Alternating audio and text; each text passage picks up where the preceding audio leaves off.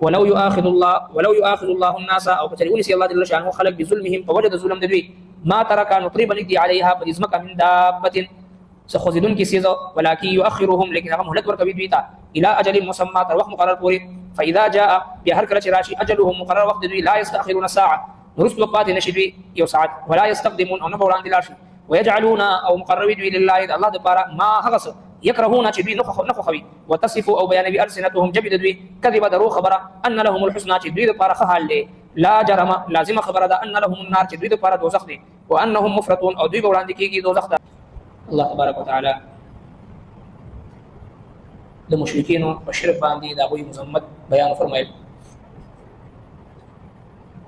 چې الله سبحانه وتعالى دوی ته کوم رزق ورکړی دی په هغه رزق کې دوی د غیر الله دپاره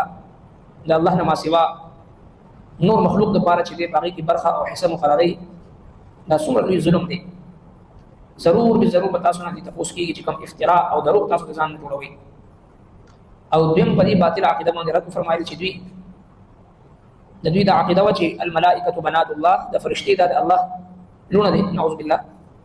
او ځان لپاره ځامن خوښوي د الله تبارک وتعالى طرف ته د لونو نسبت کوي او دوی ته په خپل باندې چې کله زیری ورکړي شي چې ستا په کور کې لور د وشوه نو د غم نه ډک شي مخونه تک تور شي او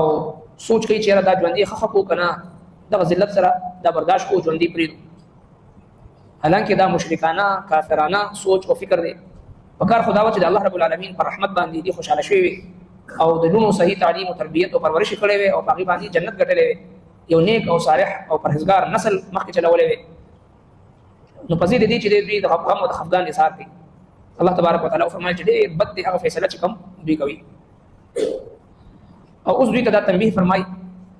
چې الله رب العالمین خو دومره حلیم ذات دی رحیم او کریم ذات دی لطف و کرم والا ذات دی کچری دی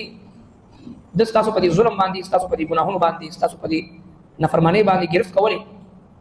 نو تر اوسه پورې به په دې مقدس ځمکه باندې یو خوځېدونکی شی یو زیرو شی هغه ژوندي نه پاتې شوي. الله تبارک وتعالی چې د مهلت درکوي بار بار مقدر کوي چې تاسو هغه طرف ته رجوع کوئ او چې کله دا نیټه مقرره وخت مقرر شي هغه راشي نو بیا یو ساعت دپاره چې دی نه مخکې کېدی شي او نه رستو کېدی شي او د الله تبارک وتعالی طرف ته دوی هغه څه مقرروي چې کوم ځان ته نه خوښوي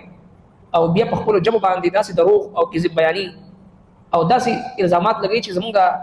اعمال دا ښه اعمال دی په دې باندې موږ آخرت کې چې دی اجر ملاویدونکي دی. الله تبارک وتعالی فرمایي چې نه دوی به یقینا لازما به دوی په دې اعمالو سره جهنم ته داخلېږي. ولو يؤاخذ الله او کچرې ونیسي الله جل شانه الناس خلق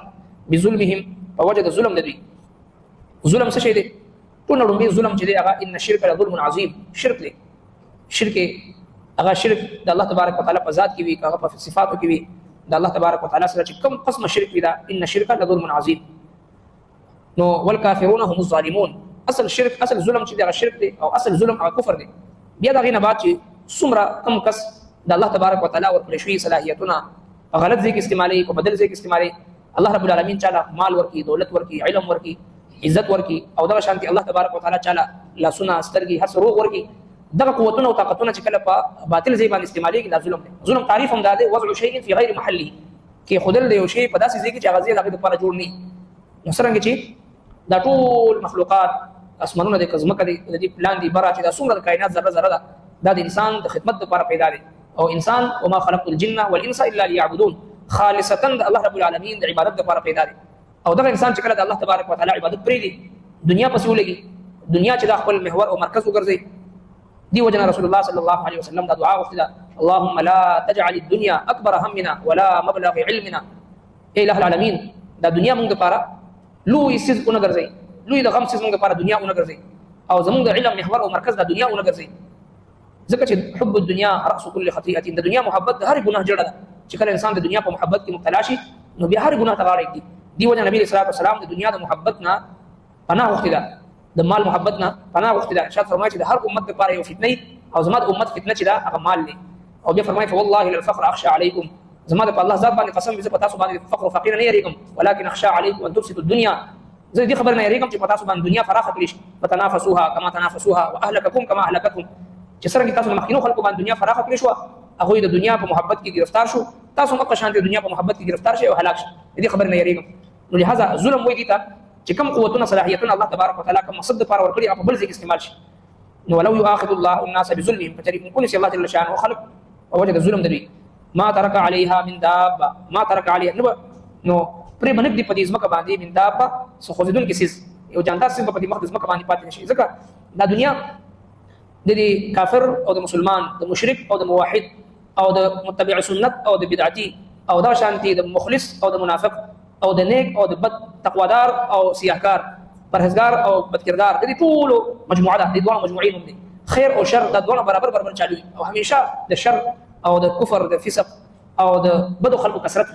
الله تبارک وتعالى د هغه باوجود الله جل شانه حلیم ذات دی دا نظام چلی د دنیا کچره داسې په هر ظالم او په هر کافر باندې عذابونه راتل او غي ختمولې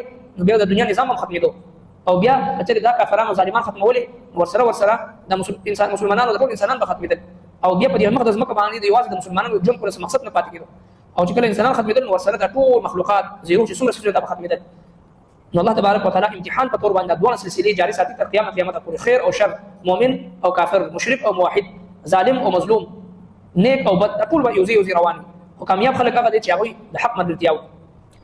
ولكن يؤخرهم لكن هغه مهلت ورکوي دوی ته الى اجل مسمى وقت مقرر پورې فاذا جاء اجلهم بحركه راش مقرر وقت دوی لا يستاخرون ساعه نورستو پاتې نشي دوی یو ساعت ولا يستقدمون او نه وړاندې لاړ شي تقدیم او تاخير پکې نه کېږي وخت مقرر دی ويجعلون لله او دوی مقرري الله لپاره ما هغه څه يكرهون چې دوی نه خوښوي ځان لپاره نه خوښوي الله تبارک وتعالى طرف ته منسوب کوي وتصف السنتهم وتصف بيان السنتهم لسان مفرد جبت السنتهم جمد السنه لسان جمد السنتهم جبت دوی كذب دروغ خبره ان لهم الحسنى دوی لپاره ښه حال دی دا دروغ مو چیرې نحن ابناء الله واحباؤه نعوذ بالله ومن الله جل شانه زمان یو او الله جل شانه مقربین یو او موږ د انبیاء کرام اولاد یو